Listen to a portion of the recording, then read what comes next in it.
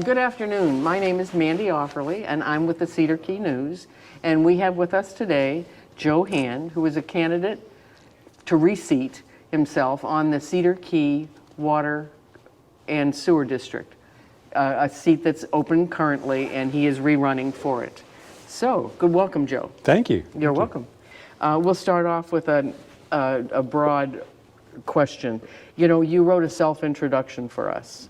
Is there anything that you would like to add to that since you've written it and you didn't get to write in the self-introduction? Yeah, no, I think that pretty much covered it. It was a great bunch of questions, so it was good. Well, thank you. Well, we'll go directly to the next question then. Being part of a community is very important, especially if you're a commissioner. What kind of things do you do to help this community of Cedar Key in addition to the water district? The water district. I've become involved in several boards. The Cedar Key Water Board is the most important job I've got here in town.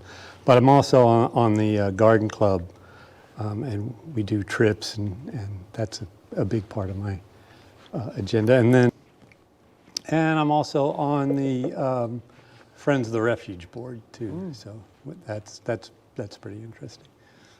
And I've worked down at the lab a little bit and taken some kids out and done some water quality monitoring too for the Bay Area. So that's been good too.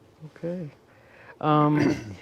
This may be a little redundant, but from your written responses, but what is it that in your past, either educationally, experientially, or professionally, has prepared you for this position on the water board? Wow.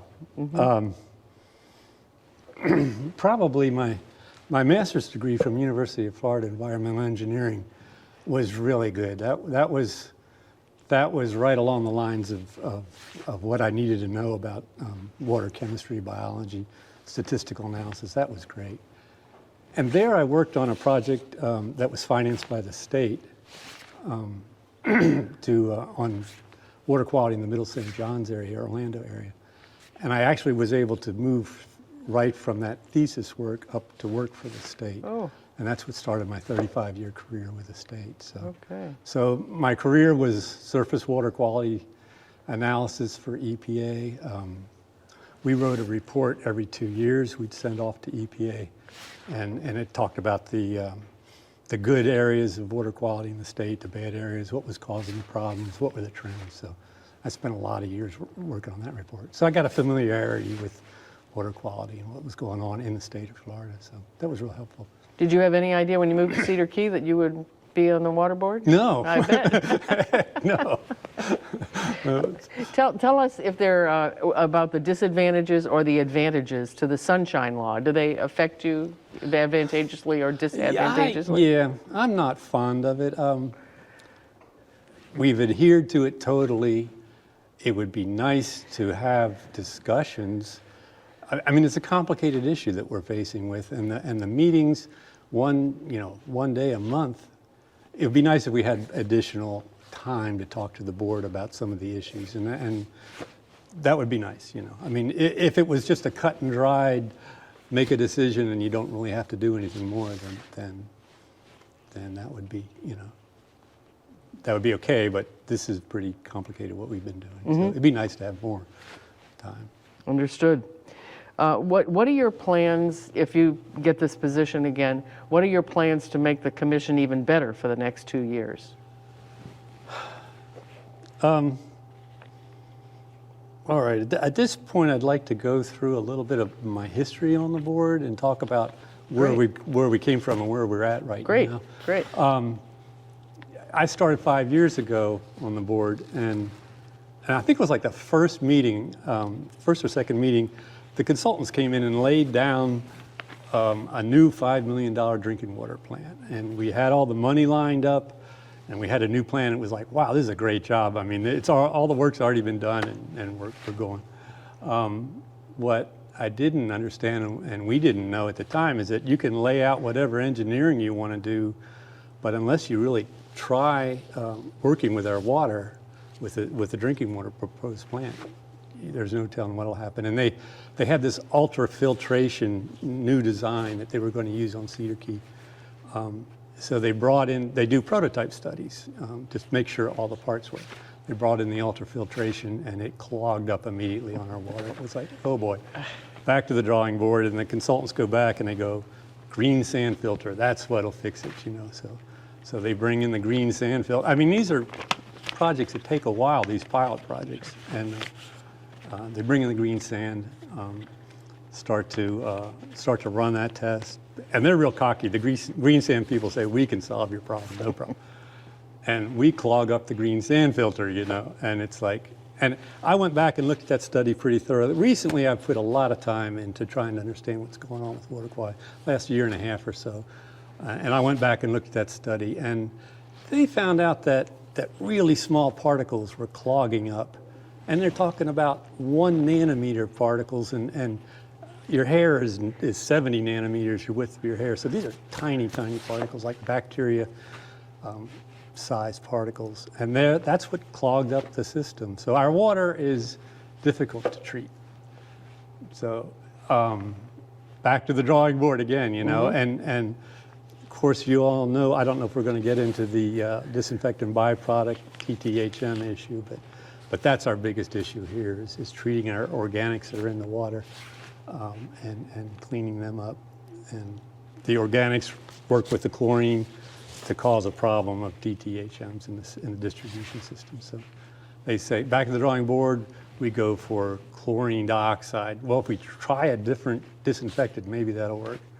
And that's what we did, tried that, did an experiment, set up a $50,000 vat to do this, and chlorine dioxide didn't work. So we're three problems. So where are we now in the end of those pilots? So 3 years into it, we don't have a functional plan to build a treatment plant. So even though we had the money, we were ready to go, we don't have something that'll work for Cedar Key. So at that time, Sue Colson came into one of our meetings, and we were starting to send out the notices of violations of disinfectant byproducts. And she says, I don't know if I can tell my granddaughter whether I trust this water or not. So at that point, John said, John, the manager, said, let's just find something. And at that point, he found the charcoal, GAC. Charcoal is what you got in your refrigerator that takes your drinking water, and it works really well on a small scale in your refrigerator. It works great. But we decided to try it on the whole treatment plant. And that's when we brought in GAC. And that was like, voila, we got it to work. The first month, we got tremendously low DTHM values, and we were set. And we were cheering there at the board meeting, you know, John brought that in. So that kind of, finally, we started solving the problem. And then John said, well, we'll turn off the MIX because we'll save money if we don't run the MIX. So we turned the MIX off. Wow, killed the GAC, you know, $28,000. $28,000 worth of GAC. So at that point, I got involved with some of the measurements that we were taking at the lab that would kind of give us an indication of what was going on. And I got really involved in the statistical analysis of those measurements that we were taking, and found out that MIX was really important to getting most of the organics out of the water. And then the GAC provided the final polishing to get us under the standards. So, and it ends up that our $28,000 worth of carbon only lasts a couple months. Now, Chad has been able to find a better source of carbon, cheaper source at 8,000. So every 2 months. So we fixed that issue. So the TTHMs. Yes. So at that point, the consultants come back in with a new plan. We have a $12 million plant now. You know, went from 5 million to 12 million, and it's really complicated. And it's like, I don't know about this. And luckily, my sister works in California. She's a general manager of a drinking water plant in Los Angeles. And so she's been with me this whole time, you know, and I say, golly, this is what we're trying to do on the board. And she's big time engineering, you know, so she says, oh, that may work or that may not. And so you got your own consultant. And she looks at our plant. Yeah, we got our own consultant. She looks at the plant and goes, this is complicated. And it's like, we've got a $12 million expensive plant. It's complicated. We might have to hire more people to run the plant, and it was like, this is not a good idea. So at that point, where are we? That was the original question, Yes. Where are we? At that point, I started doing some research on where is there good water in the area that we can get to. And if you look at Crystal River, Chiefland, you look at Bronson, those guys never have any problems with disinfectant byproduct. They pull the water out of the ground, put a little chlorine in it, send it out to their people, cheap treatment, no problems, so it's like we're golden. So I started looking around at all the I grabbed all the data from the Water Management District, looked at their wells, their distribution wells, and by golly, our Rosewood well is like the worst quality in the area. I mean, it really is significantly different than all the other areas. And at that point, you go, we have to go a ways to get water, and that became obvious. We can either do this really expensive treatment process that may or may not work, or we can go get a pipeline and bring in water. So that's where we got to recently. So was the timing of Sue Colson and Heath Davis coming in and you're connecting all this at the same time? Yeah, so we've got $1 million coming in every year of money, and half of that goes out in salaries, and the rest of it goes to run the plants. And you're trying to build a $12 million plant, and it's like, wow, that's a lot of money. Pipeline maybe $30 million, and at that point I'm a little befuddled, And at that point, Sue came in and said, "You don't necessarily have to pay for that." She said, "There are big projects in the city we haven't really paid for. We have gotten the legislature involved," and it was like, lights. Oh, okay. I'm kind of a scientist, data background. I'm not really a politician, and she's saying, "That's what you can do." And then at that point, we started going to the Water Management District, Bronson, talking up a pipeline idea, and that's where we got started on a different track than we had trying to solve the treatment. So are you, where would you like to be in 5 years? Where would you like to be able to take the water board or the decision-making process in 5 years? Where would you like to end up? So Chad is doing a great job. Chad and James are doing a great job in keeping the water plant working now. We need to keep it working for 5 more years. And then hopefully we'll have a pipeline come in here. So we'll have a pipeline bringing in easy to treat water that's going to be really cheap, not going to have any of these organics in it. So cheap water comes in, we send it out to Cedar Key.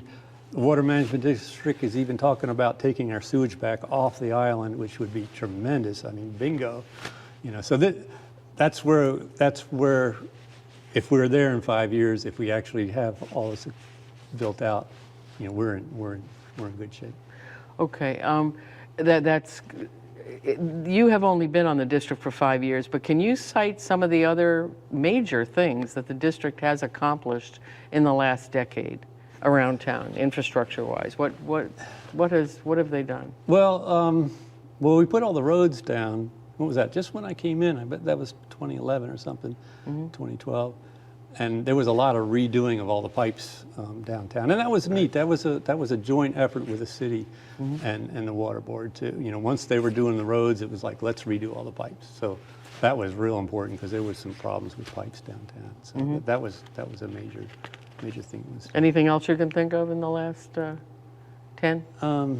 Not offhand, yeah. Okay. We're running out of time. So let me ask you one final question. Yeah. Is there anything that you'd like to say to your viewers that you haven't said before? I would like anybody that has any questions on this, on some of the issues we've talked about here, to please come and talk to me or talk to Chad. And if you've got an issue with the plant, or you want to understand more about what we've been doing, just please come. I live in a log cabin by the school. Come by and say hello. That's a very nice invitation. Yeah, say hello, and we can talk water, because I like to talk water. Okay. Thank you, Mr. Hand. Oh, thank we you. appreciate